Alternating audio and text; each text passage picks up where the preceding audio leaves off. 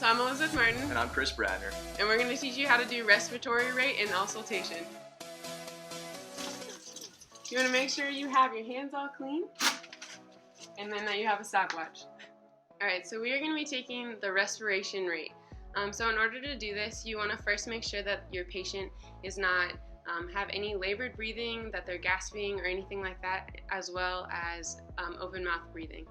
And so what you're going to do when they first come up is pretend like you're taking their pulse, but hold it up to their chest. That way you can feel how many times they breathe in and out. And you want to do this to make sure that they don't know that you're checking their respiration rate, because if they do, they may become anxious and it may change that rate. Also, when you're doing this, you want to make sure that you are counting either the inhalations or exhalations to make sure that it's just counting the one respiration cycle as their rate. So what you're going to do is you're going to have your patient come and sit down, lie down, or stand up, whatever they're most comfortable with. So you can sit down. And then introduce yourself. So I'm Elizabeth Martin. I'm a PT student here at UC. Hi, I'm Chris Bradner. Nice to meet you. Nice to meet you too. So I'm just going to take your wrist.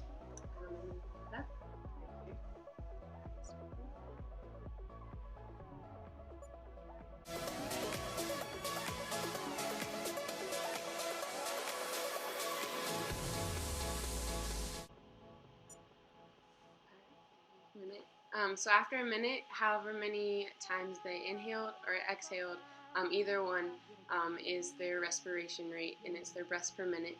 And also during this time, you want to make sure that you take note of their breathing depth and character in order to establish a baseline. So you're going to, again, want to make sure that your hands are washed, that you have a stethoscope, and that you're in a quiet room. So now we're going to do auscultation. So the first thing that you need to know is that you need to warm up your stethoscope because it needs to be on bare skin when you're listening for the lung sounds. And you're going to have your patient come and either stand or sit. And so, hi, I'm Elizabeth. Hi, I'm Chris. I'm a PT student. Great, nice to meet you. Nice to meet you too. And so what you're going to do in order to listen is you're going to put your stethoscope following a different pattern in order to listen to the lungs. So the first place is going to be on the right-hand side by the spine of the scapula, and then onto the left-hand side. Then you're going to go down right above the inferior angle of the scapula on the left-hand side, and then on the right-hand side. And then you're going to go below the inferior angle on the right-hand side, and then the left-hand side. And then you're going to come down here kind of near the 9th or 10th rib on the side, and then onto the right-hand side. And so I'll show you how to do it.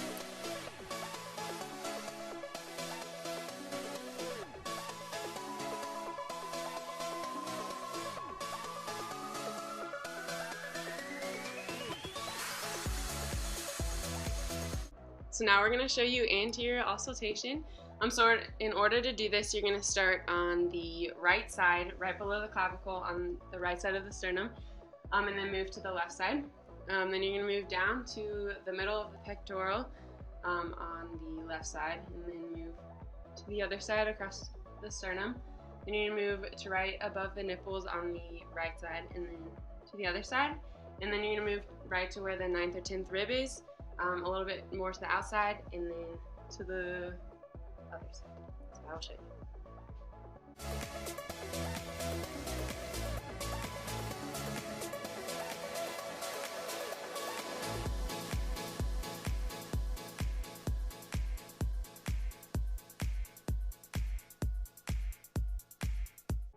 During this process, you also want to make sure that the patient is breathing in and out through their mouth deeply, that way that you can hear the lungs.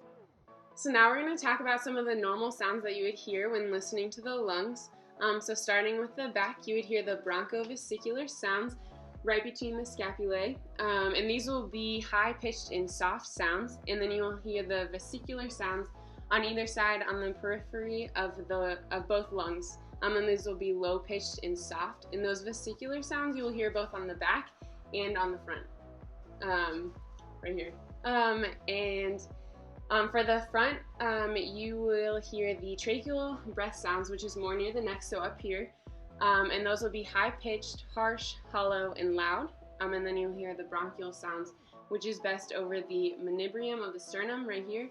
And those will be loud, tubular, and less harsh than those tracheal sounds. So now for some of the abnormal sounds.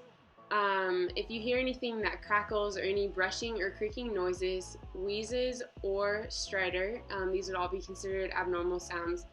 And stridor is this high-pitched continuous wheezing. And you would want to look out for stridor, especially because when it's near the trachea, this could mean that there's something lodged inside of it, and someone exhibiting this may need medical attention.